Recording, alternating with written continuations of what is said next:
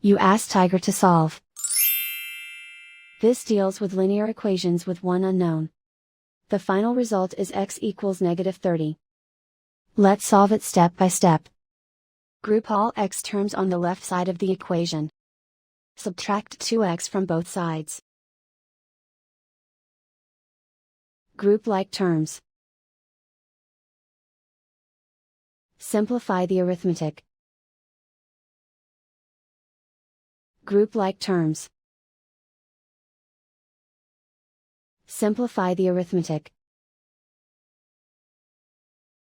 Group all constants on the right side of the equation.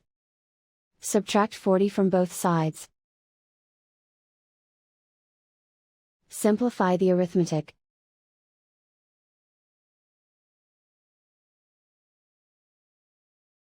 And so the final result is x equals -30.